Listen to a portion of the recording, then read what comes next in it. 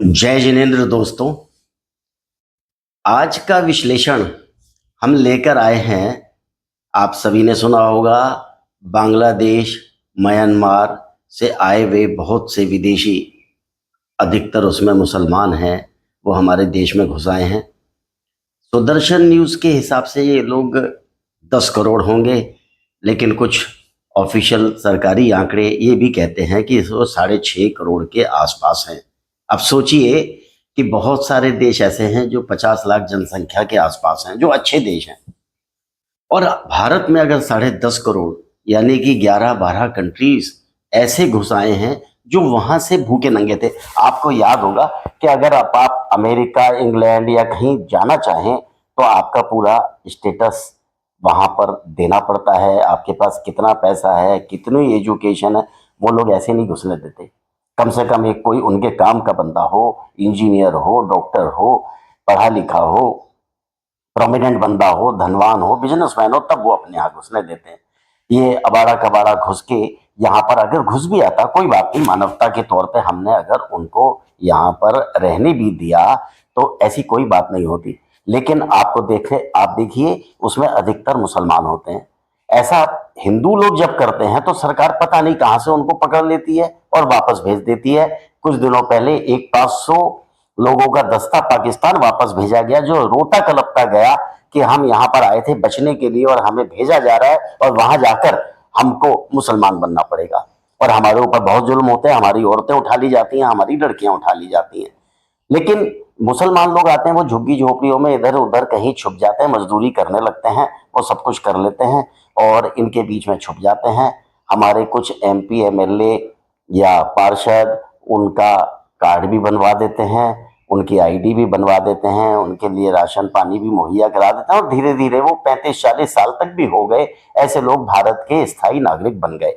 अच्छा, अगर बन भी जाते तो चलो कोई बात नहीं थी, लेकिन जनरली ऐसे लोग क्राइम्स में लिप्त पाए जाते हैं। तो इन लोगों का बाहर भेजना जरूरी होता है और करीब करीब पिछले 2-3 महीने से आप डेली अखबार में देखेंगे कि कुछ बांग्लादेशी हर जगह से पकड़े जा रहे हैं, नागपुर हो, महाराष्ट्र हो, हरियाणा हो, यूपी हो, और उनको वापस भेजने की व्यवस्था हो रही है। इसके पीछे हमारा कितना खर्चा होता है, कितनी देश की पुलिस लगती है, कितनी सिक्योरिटी लगती है, वो सब तो जाने दीजिए। ये लोग, बिल्ली रास्ता देख चुकी, दूध का रास्ता वो देख चुकी, छींके पे जाना सीख गई। वो अगर आप उनको भेज भी देते हैं वापस, किसी तरह सफल भी हो जाते हैं वापस भेजने के लिए, उनको रास्ते और कांटेक्ट यहाँ पर उनके बन चुके हैं, वो धीरे से दूसरे रास्ते से भारत में आ जाते हैं। तो अब ऐसा क्या किया जाए कि वो दोबारा से हमारे देश में ना आ पाए। ये बहुत जरूरी है कि अगर आप उनको एक बार भेज दें और कुछ ऐसा भी करें कि नए लोग जो कि इन्फिल्ट्रेट होके अंदर आ रहे हैं, हमारे यहाँ आ रहे हैं, वो यहाँ आ ना पाए। ये बहुत जरूरी है। तो इसके लिए मेरा एक सुझाव है कि अगर उसमें कानून में भी संशोधन करना पड़े, नहीं तो ये तो आचार संहिता का हिस्सा है, भारत की पॉलिसी का हिस्सा है, इसके लिए कानून तब्दील करना पड़े, मुझे ऐसी आवश्यकता नहीं लगती। लेकिन चलो, ये सरकारी चीजें हैं, विधान की चीजें हैं, ये लोग वो जाने। अगर ऐसा जरूरी है तो करें।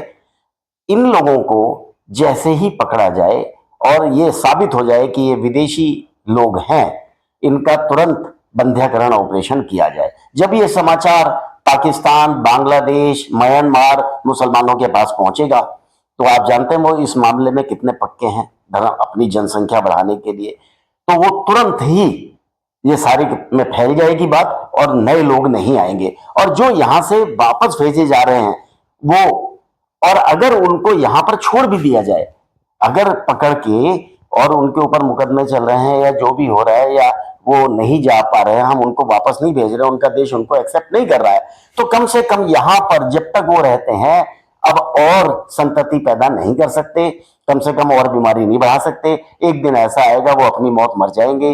अगर हमारे देश में वो रिक्शा चलाने के लिए, किसी काम के लिए आवश्यक भी हो रहे हैं और यहाँ रह भी गए, तो चलो मानवता के तौर पे आप साफ अमेंडमेंट कर दीजिए कि मानवता के तौर पर अगर हम किसी को शरण देते हैं इस तरह से, खासकर मुसलमानों को, जो कि अपनी जनसंख्या बढ़ाने के लिए उनका एक मिशन है, ये प्रूव है, तो इसलिए ये कानून बनाया जा सकता है अलग से, केवल मुसलमानों को इंगित करके। इसमें मेरे ख्याल से कोई हर्ज नहीं है। तो इनको बना के एक यहाँ छोड़ दिया जाए तो कम से कम इनकी और जनसंख्या नहीं बढ़ेगी और इससे स्थायी समाधान होगा और हमारा सिक्योरिटी पर जितना खर्चा होता है, इनको ढूंढने पर जितना खर्चा हो रहा है, एक बहुत बड़ा ह्यूज अमाउंट हमारे टैक्स पेयर्स का उनके लिए जाता है। शायद हमको उससे निजात मिल जाए। आज के बाद इतना ही। मैं अनुराग जैन, फरीदाबाद से।